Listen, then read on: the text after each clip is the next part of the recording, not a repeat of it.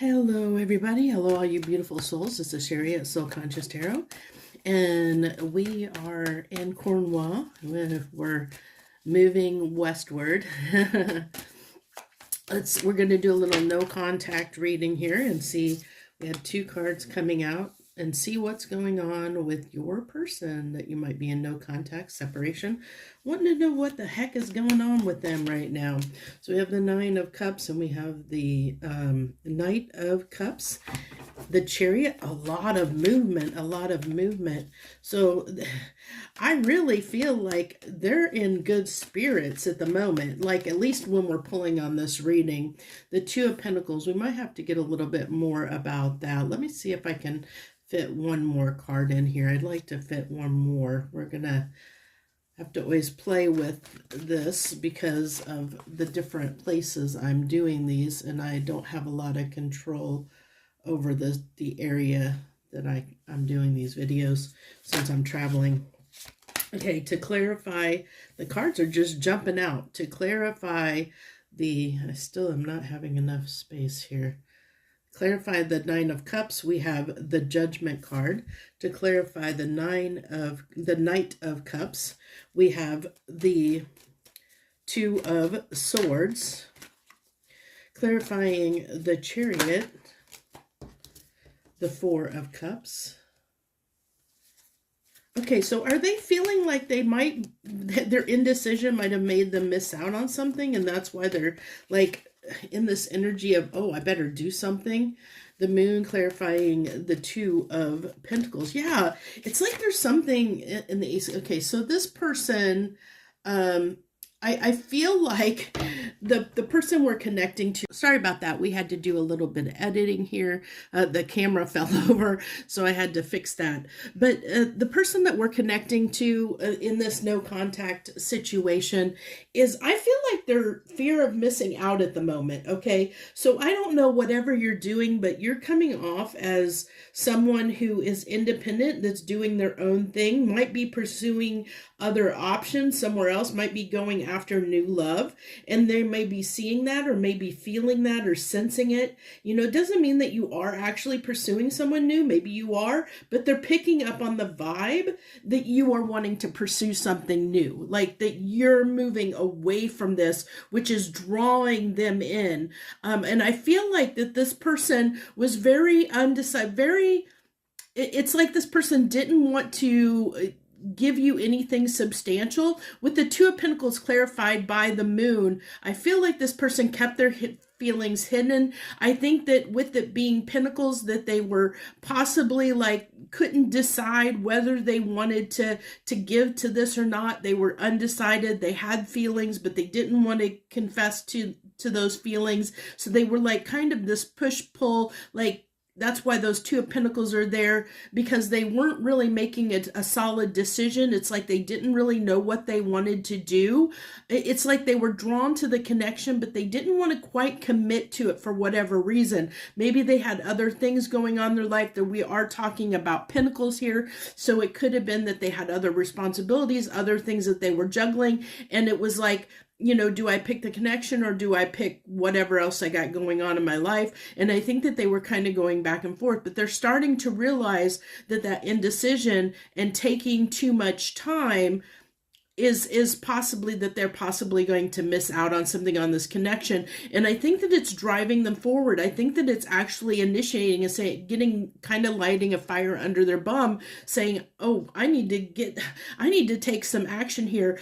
Otherwise, this is going to be a missed opportunity. And I think, you know, they're realizing that you're about to make a judgment call on this, that you're about to decide to move elsewhere, that you're starting to realize that your Nine of Cups might be elsewhere. And I think that they're really starting to realize that. And I really feel like they kept you in the dark, and they're realizing, you know, like they didn't give you this offer. You know, they didn't come in and give you the offer that they needed to give you. And so they're like, well, but now they're kind of like stuck on what offer do I give at this point? Like, what is going to work? What's going to, turn the tides? Like, What's this Two of Swords on this Knight of Cups, please? What's this Two of Swords on this Knight of Cups? It's like they want to give a message, but it's hard. It's like they're fighting themselves almost. I feel like they almost like they don't know what to do. It's like that kind of feeling really challenged to make the offer. For what reason? Why is this person feeling almost defeated when it comes to, oh, I saw a card that was flipped upside down in the deck, the World card. Okay, I think that they're really afraid of screwing this up. Yeah, this person is really up in their head. And I kind of felt that, that this person is like, it's almost like they feel like they're in a rock and a hard place. And I feel like this person might have other responsibilities in their life that are just not, or at least in their mind, because we have the Eight of Swords, and Eight of Swords is a mental prison that it's when we think that we're stuck, we think that there's no way out. We're not seeing the fact that there is a way usually to make things work. It's kind of, it can be a little bit of a defeatist attitude of thinking, where you're going around and you can't see the forest for the trees. You can't make headway because you're so stuck up in your line of thinking, you can't see things from another perspective. And I really feel like that's what this person is like really battling with this Two of Swords. Two of Swords is something they can't see. So what they're not seeing is how to end this current cycle that they're in and how to approach in a different way. They're not sure how to approach. And so they're not sure. They're having trouble seeing a different perspective or seeing a different way forward that would provide a solution to the problem that they're tossing and turning about in their head. Okay. So let's see. What is this person's next actions going to be toward my collective, please? What is this person's next actions going to be toward my collective? So communication, I feel like some kind of communication, or at least that's what they're hoping. I think that's their intention, is to communicate with you, but I think it's going to, the timing is going to be a little bit, I really feel like with that Seven of Swords, I feel like, let me get one more card, but I'm really feeling like with that Seven of Swords, that there could be this little bit of, I don't see the Seven of Swords as a negative, okay? I don't. I feel this is more of the fact that they may come across a little bit insecure because they're not sure what to do. I feel like this is somebody who is going to, they see you getting away, and so they might want to initiate something before they really have a plan. And I think the Seven of Swords is coming out here because it's kind of like they want to make sure that you don't get away. Okay. So it's like somebody who wants to do whatever they can to make sure that they're not going to lose you. And that's I think that's why the Seven of Swords is coming out here, is that kind of, it's not necessarily deceptive, but it is a little bit manipulative, but it's not manipulative in a bad way. It's just this person is afraid. They're afraid of losing you. And because they're afraid of losing you and they don't know how to fix the problem, they're like, let me come in and say something or do something before I lose my chance. So they're going to try and initiate something in because, that could cause, that could be like, they really don't have a full picture of what that is. So it could end up leading to a repeat cycle when it's all said and done, because this person hasn't had that perspective shift yet. And I think whatever indecisive energy that was keeping them confused before is still keeping them confused.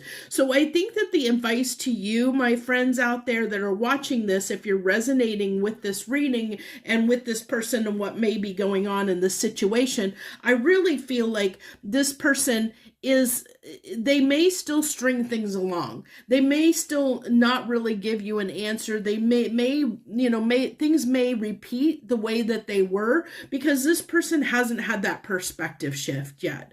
They're still stuck in their head about how to really move forward to make this connection really substantial and really beneficial for both people. They're confused about that because of other things I think going on in their lives and that they're juggling at the moment too, and they just don't see, in their mind, they don't see a way to fit this relationship or to make it work. And so that is the limiting factor right now. That is what's keeping this stuck, at least from their end. And that's why it's keeping, this is why this person hasn't communicated.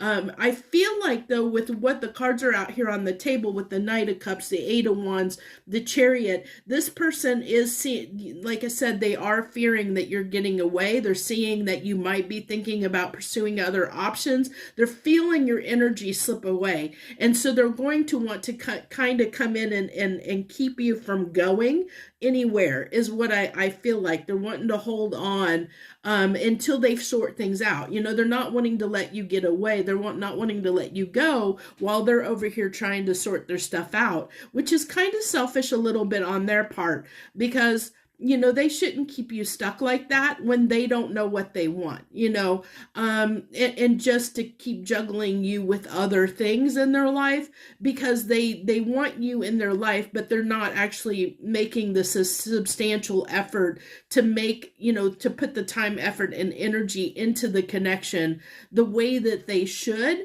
This is really coming off as a little bit of selfish energy because it's like somebody who wants to eat, have their cake and eat it too. It's like they don't want to lose you, but they also have all these other things going. I don't see like third party necessarily as like another person in the picture. I think it's just responsibilities. They might just have, like they're overloaded with work. Maybe their job makes them work long hours, or maybe financially they just don't feel like they can date you or date you the way that they want to. It's something limiting in their head. It's a limiting belief or limiting thought pattern that they're believing or buying into that's holding this connection up. And until they get past that thought process or whatever that limiting belief is, this possibly could remain stuck. They could possibly, go silent again. Like they'll come in just long enough. I feel like this is somebody who's going to come in long enough just to keep you on the hook. But then they might pull back again because they still have these other responsibilities and they still really aren't clear in their mind on how to make this work with you or what to offer you or how to pursue this connection, which is really unfortunate. So that's what I have for you guys. I hope you enjoyed this reading. If you did, I hope you like and subscribe. Keep in mind, if you're new to the channel, I am traveling for an undetermined time right now. So I'm doing these readings when and if I can around the accommodations that I have, if I can get them done. So keep that in mind, but I keep putting them out as often as I can. So thank you so much. I wish you the very best. Much harmony and gratitude to you, my lovely friends.